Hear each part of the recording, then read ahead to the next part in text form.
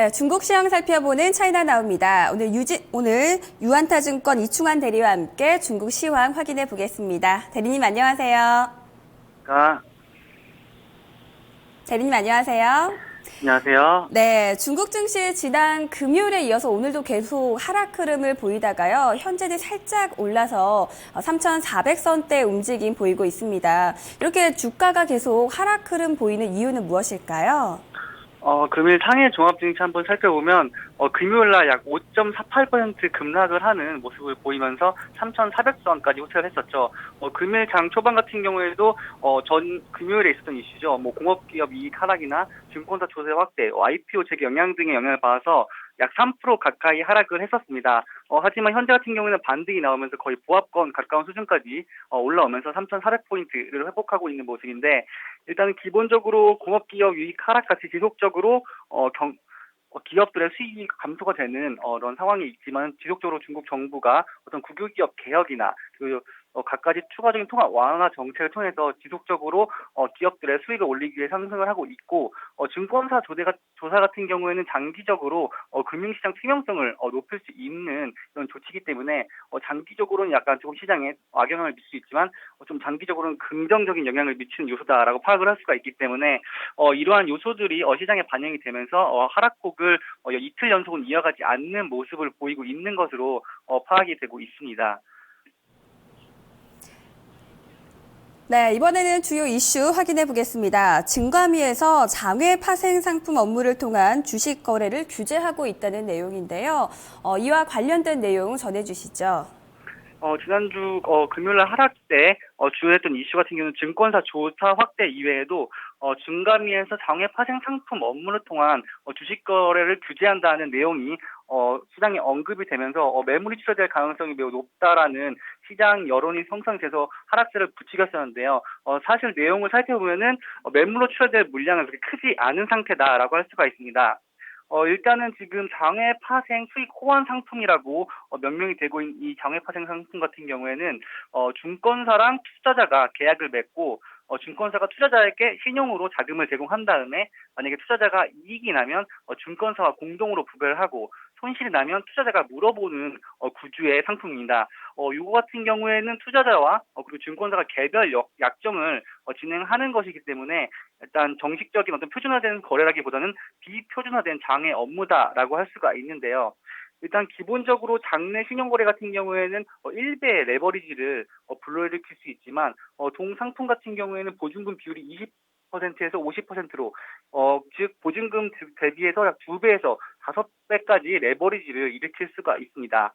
그렇기 때문에 시장 변동성을 크게 좀 초래할 수 있는 요소라고 할 수가 있는데, 이러한 상품에 대해서 증감위는 근본적으로 이런 투기성 있는 금융상품을 없애기 위한 조치를 지속을 하고 있는 것이다라고 볼 수가 있습니다. 이번 내용을 크게 살펴보면 장외 파생 상품을 정리하고, 또 고레버리지 상품을 정리하고, 또 장외에서 일어나는 레버리지 상품을 장내화함에 따라서 증감위 감독 범위 안으로 모든 레버리지 상품을 좀 끌어들이기 위한 좀 적극적인 중국 정부의 노력이다라고 볼 수가 있습니다. 그렇게 따라서 근본적으로 투기성이 있는 상품들을 최대한 축소하고 통제 안에 두겠다라는 움직임을 볼 수가 있는데, 지금 방금 전에 말씀드렸던 장외파색 수입 호환 상품 같은 경우에는 증감위에서 청산 대목으로 지목한 상품 규모는 약 1,000억 위안 수준입니다. 지난 6월에 급락을 불러일으켰던 신용잔고 같은 경우에는 약 2.2조 위안 수준에 비해서 요번에 청산 대상으로 지목된 상품 규모 같은 경우에는 약 1,000억 위안 수준이기 때문에 과거 신용융자 청산에 비해서는 규모가 작고 시장 충격이 오래가지는 않을 것으로 전망이 되고 있습니다. 네, 또 중국 IPO가 다시 재개되는 것도 큰 이슈인데요. 이 IPO 재개에 따른 영향에 대해서도 설명해 주시죠. 공업기업 실적 악화, 그리고 증감위의 증권사와 장외 파생 상품 업무 규제와 더불어서 IPO 재개 이슈가 다시 부각이 되면서 시장 하락을 가속화했었는데, 이것도 세부적으로 살펴보면 단기적으로는 조금 수급 물량에 영향을 미칠 수 있지만, 장기적으로는 영향이 크게 지속될 만한 이슈는 아니다라는 것을 확인할 수가 있습니다. 오늘부터 12월 2일까지 진행되는 IPO 같은 경우에는 청약금 전체를 납부하는 예전 구 IPO 제도가 적용이 되고 있습니다. 따라서 자금 동결하고 또 자금 마련을 위해서 기존 주식들을 매도하는 이런 일련의 어떤 단기 수급 우려를 할 수 있는 어떤 행위들이 발생할 가능성은 있습니다. 이에 따라서 시장에서는 IPO 재개를 1조 원 정도, 최대 1조 원 정도 자금이 동결될 것으로 지금 예상을 하고 있는데 일단은 규모적으로 봤을 때 그렇게 크게 시장 영향을 미칠 만한 수치는 아니고 지금 그리고 향후에는 구 IPO 제도 대신에 신 IPO 제도를 도입을 함에 따라서 지금 IPO 제도 같은 경우에는 신주 인수 청약금 선지급 제도를 폐지를 시킵니다. 기존 같은 경우에는 신주 청약 시 청약 증거금을 사전을 모두 납부하는 것을 취소를 하고 청약 수량 확정 후에 납부하는 것으로 변경이 되기 때문에 앞으로 신 IPO 제도 도입에 따라서 시장 IPO 물량 때문에 시장에 충격이 가는 것이 매우 축소가 될 것으로 예상되고 이번에 진행된 IPO 금액 같은 경우에는 시장에 영향을 미칠 만큼 크지 않았기 때문에 단기적인 수급 우려감을 조금은 키울 수 있지만은 앞으로 향후 IPO 재개에 따른 시장 충격은 크지 않을 것으로 전망이 되고 있기 때문에 이러한 영향들이 좀 종합이 되면서 금일 상해 종합 증시 반전의 모습을 보이고 있는 것으로 파악이 되고 있습니다.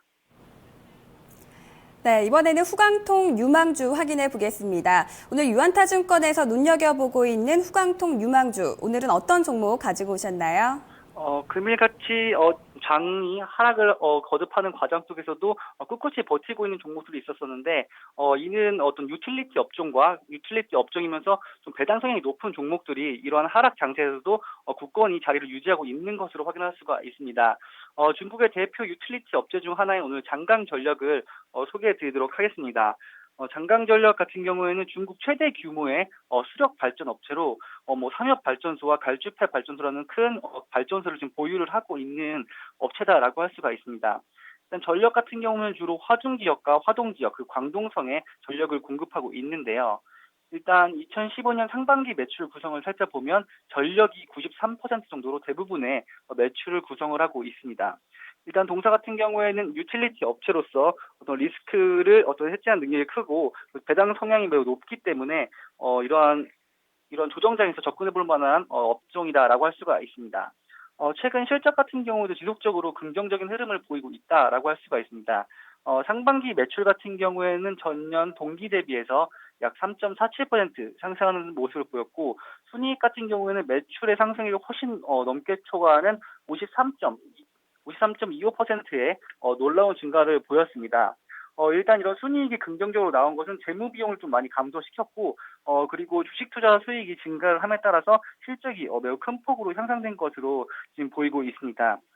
동사의 투자 포인트로 접근할 만한 부분 같은 경우에는 일단 국유기업 개혁이 추진이 되고 있는데 동사 같은 경우에는 계락도 발전소와 한가패 발전소를 좀 대주주로부터 인수가 할 것으로 예상이 되고 있습니다. 이렇게 발전소로 인수함에 따라서 사업 규모를 좀 지속적으로 확대시키고 있고 이에 따른 수익성이 제고가 될 것으로 기대가 되는 업체 중에 하나입니다. 그리고 최근에 살펴보면은 대주주가 소유하고 있는 핵 발전 회사의 지분을 20%를 인수를 했습니다. 지금 중국 정부 같은 경우에는 핵 발전소 산업에 대해서 지속적으로 지원과 그리고 정책을 마련 중에 있는데 이렇게 핵 발전 산업이 호전이 되고 있기 때문에 동사의 수익성 역시 제고가 될 것으로 보이고 있습니다. 동사 같은 경우에는 기본적으로 수력 발전을 기본으로 하고 여기에 핵 발전을 지금 더하면서 어떤 신에너지 어떤 사업 포트폴리오를 구성함에 따라서 높은 성장력을 보유한 업종이다라고 할 수가 있습니다. 네, 중국 시장 마감 30여 분 남겨두고 있는데요. 앞으로는 중국 시장에서 어떤 부분을 확인해 보면 좋을까요? 오늘 저녁부터 매우 중요한 이슈가 있죠. 일단은 현지 시간으로 11월 30일 우리나라 시간으로 하면은 내일 새벽이 될 건데 위안화의 IMF 특별 인출권 5개 편입 여부가 결정이 됩니다. 일단 시장에서는 거의 위안화의 IMF SDR 편입 같은 경우는 기정사실화하고 있기 때문에 실질적으로 위안화가 IMF SDR 편입이 된다고 하면 중국 증시에 좀 긍정적인 이슈로 작용할 가능성이 높고 내일 오전 10시죠. 통계국 제조업 PMI와 비제조업 PMI 그리고 차이신 제조업 PMI 같은 중요한 경제 지표가 발표가 되기 때문에 경제 지표 발표 결과에 따라서 증시가 큰 폭으로 움직일 가능성이 높습니다. 이에 따라서 관련된 지표들 역시 주의 깊게 살펴볼 시점이다라고 할 수가 있습니다. 네, 오늘 말씀 고맙습니다. 감사합니다. 네, 지금까지 유한타증권 이충환 대리와 함께 중국 시황 확인해 봤습니다.